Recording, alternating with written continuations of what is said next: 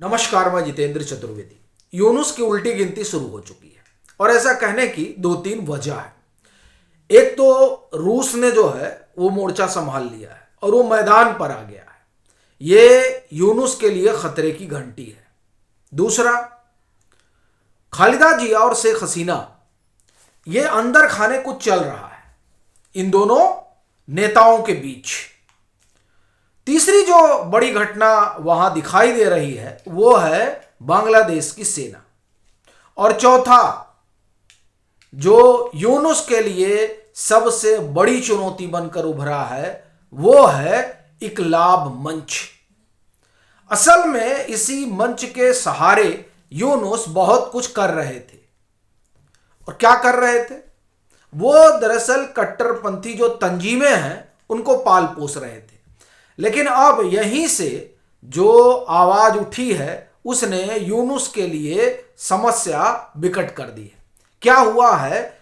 बातचीत का सिलसिला इसी इकबाल मंच से शुरू करते हैं, क्योंकि उस्मान हादी इसी मंच से जुड़ा हुआ था और उसी के कत्लेआम के बाद एक बार फिर से बांग्लादेश में हिंसा भड़की और अभी ज्यादा दिन बीता नहीं था कि फिर एक और इसी तरह का घटना हो गया। घटना होने के बाद यूनुस ने पूरा ठीकरा जो है वो भारत के ऊपर फोड़ना चाहा, लेकिन कहानी जब निकल कर सामने आई तो एक तरह से कहा जाए कि ये यूनुस के लिए शर्मनाक स्थिति हो गई। क्या निकल कर आए कि साहब सब कुछ तो जमात करा रहा है। और जमात क्यों करा रहा है? ताकि वहां कट्टरपंथी तंजीमें और मजबूत हो। अब उनने क्या कर दिया कि ये जो इकलाब मंच वाले हैं इन्होंने साहब प्रेस कॉन्फ्रेंस की और यूनुस से कहा कि जिसने इस वारदात को अंजाम दिया, यानी हादी को और उनके साथियों को मारा, उसको 24 घंटे के अंदर सामने लेकर आओ, नहीं तो एक बड़ा आंदोलन खड़ा किया जाएगा। अब वो आंदोलन क्या होगा? वहां तो हिंसा ही होगी और बड़ी हिंसा होगी। यानी जिस मंच के सहारे यूनुस ने शेख हसीना को हटाकर गद्दी हासिल की थी, अब वही मंच यूनुस को हटाने की कवायद में जुड़ गया है और जुट गया है। तो इसलिए यूनुस के लिए जो सबसे बड़ी चुनौती सामने आ रही है वो वही कट्टरपंथी ताकतें हैं जिनके सहारे वो आए थे, वही अब यूनुस के खिलाफ खड़ी हो गई हैं। ये तो पहली और सबसे बड़ी आंतरिक चुनौती है यूनुस के सामने। लेकिन उसके अलावा बहुत कुछ चल रहा है जो यूनुस के लिए बड़ा संकट भरा है। एक तो भारत में बांग्लादेश में जो कुछ हो रहा है उसके खिलाफ आंदोलन शुरू हो गया है। इनका जो एम्बेसी वगैरह उसको घेरा गया और कई शहरों में इस तरह की चीजें हो रही हैं जो जाहिर तौर पर नरेंद्र मोदी सरकार पर एक तरह से दबाव बन रहा है और ये दबाव निकलेगा जरूर। इसका एक तरह से कहा जाए कि संकेत भी मिलने लगा है। क्या है संकेत? रूस मैदान में आ गया है। अब कैसे? सेना उसने भेज दी? नहीं, सेना तो नहीं भेजी।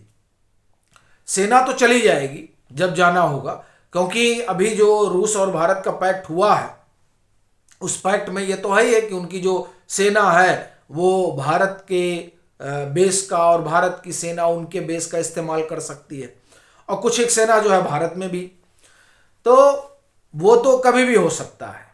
लेकिन जो रूस दूतावास है बांग्लादेश में, उसने जो बयान दिया है, और बयान में क्या कहूं, यूनुस को सीधे तौर पर चेताया गया है क्या कि ये जो चल रहा है बांग्लादेश के भीतर इस पर अंकुश लगाओ।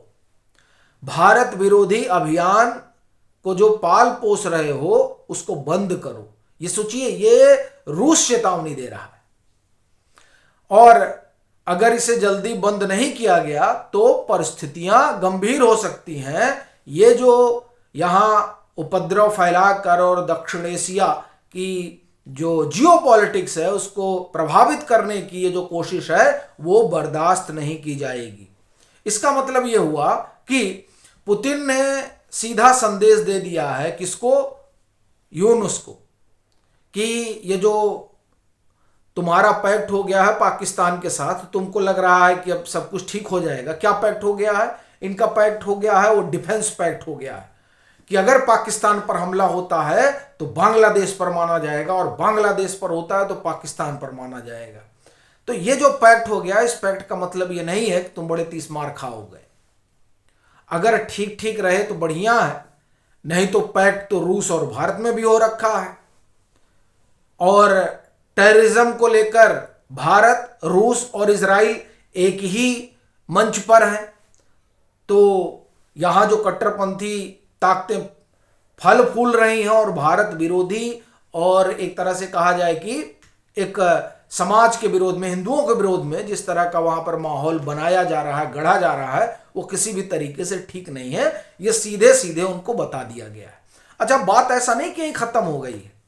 चलिए कह दिया रूस ने, यूनुस की तरफ से कोई प्रतिक्रिया आती नहीं, कर पा रहे हैं प्रतिक्रिया। उसका कारण यह है कि जिस सेना के सहारे कोई भी देश चलता है, वो सेना यूनुस के साथ खड़ी नहीं है। और उसका कारण है, देखिए, जो बांग्लादेश की सेना है उसका कुछ हिस्सा भारत में ट्रेनिंग लेता है, कुछ हिस्सा रूस में ट्रेनिंग लेता है। अच्छा, भारत और रूस से जो बांग्लादेश की सेना है उसके संबंध बहुत बेहतर रहे हैं। कारण यह है कि जो वहां की सेना है, वो सेना पाकिस्तान की सेना से एकदम डिफरेंट है। वो प्रोफेशनल है, वो उन चीजों में भरोसा नहीं रखते जिसमें मुनीर रखते हैं।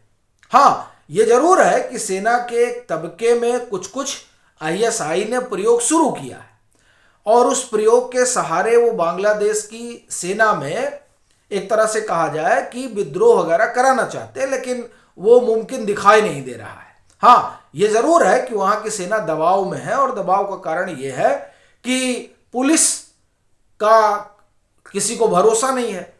तो सेना ही जो है वो वहां पर एक तरह से कहा जाए कि लॉ एंड ऑर्डर के लिए भी उत्तरदायी है। तो इसलिए उन पर प्रेशर ज्यादा है।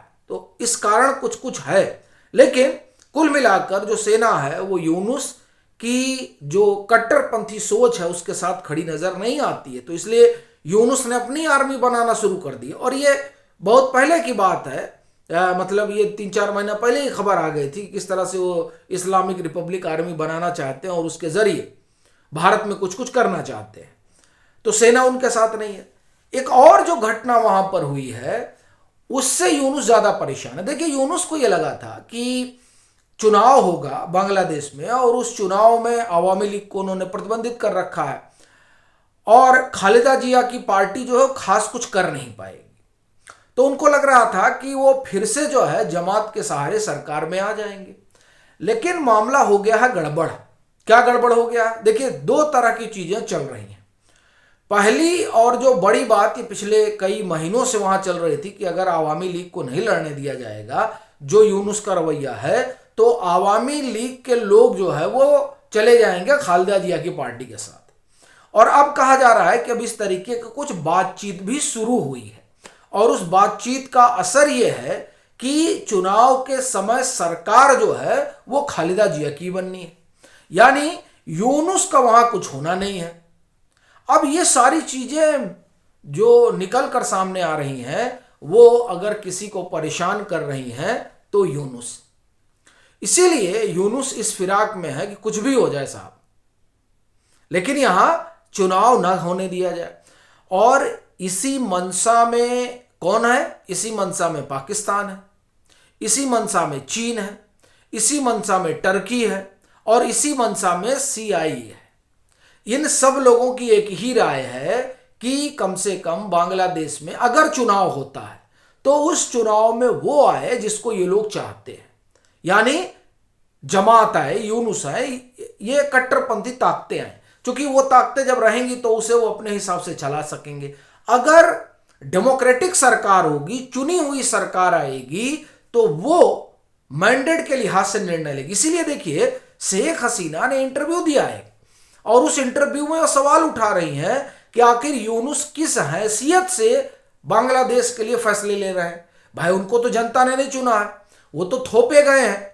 उनको तो जो बाइडेन प्रशासन ने बिठा दिया यहां शेख हसीना की सरकार को हटाकर, और शेख हसीना की सरकार को हटाया दो कारणों से गया। एक, चीन पर नजर रखी जाए, और दूसरा, नरेंद्र मोदी की अगुवाई वाली सरकार को हटाया जाए। और तीसरा क्या था, ये जो म्यांमार में रेयर अर्थ मिनरल है उस पर अपनी पकड़ बनाई जाए। ये कुल जमा उनकी यही कहानी थी। और उस कहानी में जो उनका प्राइम प्रोजेक्ट था वो था पहले नरेंद्र मोदी को हटाया जाए। इसीलिए 2024 के लोकसभा चुनाव के आप देखिए कि पहले ही वहां पर तमाम सारी हलचल शुरू हो चली थी बांग्लादेश में। पिछले 4 साल से 2018 से ही वहां पर डेमोक्रेसी बचाने का प्रयोग चल रहा था, और वो सिर्फ ये स्वांग था। और आप देखिए कि उसी के पैरेलल भारत में भी गतिविधि शुरू हो गई थी, लेकिन यहां पर वो कुछ कर नहीं पा रहे थे, तो उनको लगा नहीं, सब सरकार ही बदल दिया जाए। सरकार बदल दिया जाएगा तो बढ़िया बांग्लादेश में बैठकर जो है नरेंद्र मोदी के खिलाफ अभियान चलेगा। तो खैर सरकार तो बदल दी उन्होंने, लेकिन अभियान उस तरीके से चल नहीं पा रहा है। तो अब यह है कि चुनाव उनाव बेकार की बात है, यहां पर वो सरकार बिठाई जाए जो सिर्फ और सिर्फ उनके इशारे पर काम करे। तो इसकी वहां कोशिश है, लेकिन 2 बातें, या मैं कहूं कि 3 बातें मोटे तौर पर यूनुस के पक्ष में नहीं जा रही हैं। पहला, रूस ने जिस तरह से मोर्चा संभाला है। दूसरा, वहां जिस तरह की सरगर्मी है वहां बांग्लादेश में। और तीसरा, प्रधानमंत्री पर अब अपनी जनता का दबाव है कि कुछ करें।